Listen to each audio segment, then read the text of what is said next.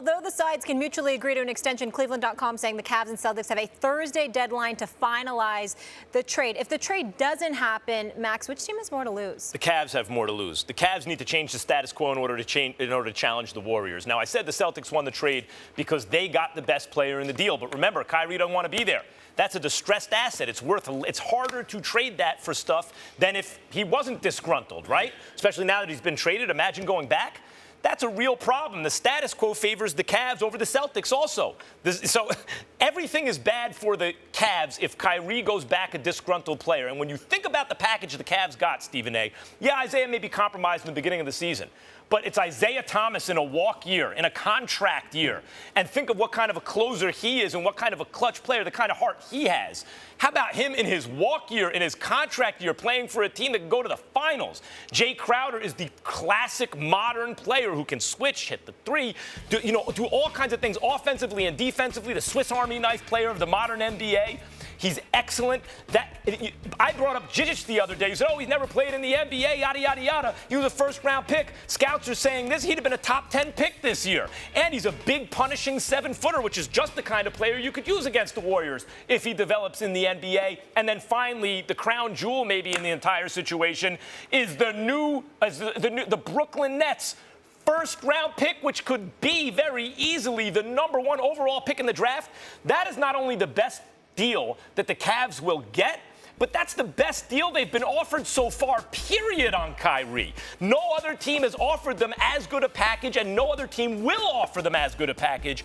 They have the most to lose. There's nothing wrong with the Cavs, however, pushing for more because Boston recognizes that as well. Boston doesn't want to lose Kyrie. More importantly, Boston doesn't want to take the disgruntled Isaiah Thomas back after trading him away because his feelings are very, very hurt that they would think to do such a thing to begin with. So that's a dicey situation for Boston to be in, not to mention the fact that they have the multitude of picks. If you're Cleveland, you can push the envelope a little bit because, again, Boston might have more to lose in this particular equation just because of the emotions of the moment, the kind of player that you let go of, the kind of situation that could create for you if you come back. I've spoken to a few players on the Cleveland Cavaliers over the last few days. A lot of them were in L.A. yesterday. I'm here to tell you something right now. Here's the reality of the situation. Even though you would find it relatively untenable to some degree because Kyrie wanted out and now Kyrie would be back with LeBron, those guys on that team love Kyrie, man. They would embrace him back with open arms. They didn't want to lose him. And so when you take that into consideration, yeah, Kyrie might have wanted to be gone, but it also helps if you ended up going back, that you're going back to a situation where you're loved and you're valued and you're appreciated by a vast majority of guys that you've befriended over the last several years. If you're Isaiah Thomas, you're going back to a situation in Boston. You're Danny Ainge, you're Brad Stevens. That's a hell of a lot more to deal with.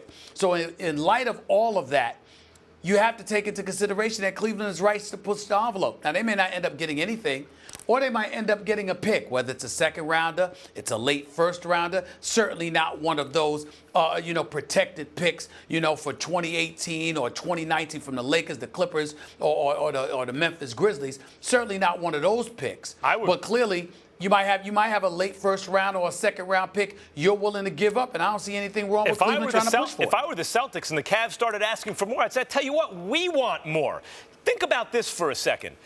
They traded an MVP candidate, right, in a contract year, a highly motivated MVP candidate. They traded what could be the #1 overall pick in the draft. They traded a top 10 caliber pick, and they traded in Jay Crowder, at the very least, a rotation piece on any roster in the NBA that would get serious minutes on any roster, including the Warriors, the Spurs, anyone. Crowder would get serious minutes, if not start, on most rosters. They traded all of that for Kyrie Irving. They're not going to get a better deal than that, even if Isaiah is compromised. And if I was the Celtics, if I was Danny Ainge, I would realize that. And if they started asking for more, I would play chicken and start asking for more and see who blinks. All I can say to you is this. Let's be careful about how they wouldn't get more.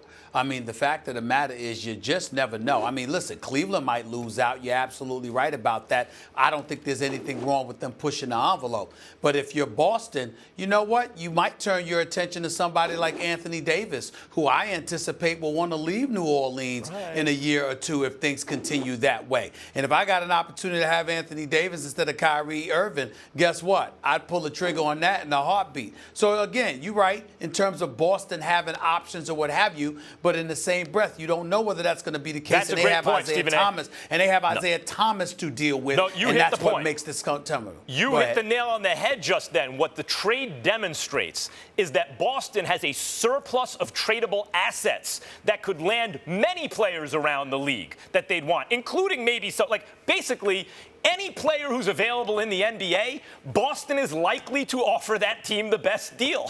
So at the moment, Kyrie's the best available player. But that doesn't mean he'll be the best available player by the trade deadline. Boston here, I'm not saying the Cavs have no leverage, but if the question really boils down to who has more leverage, I say it's the Celtics.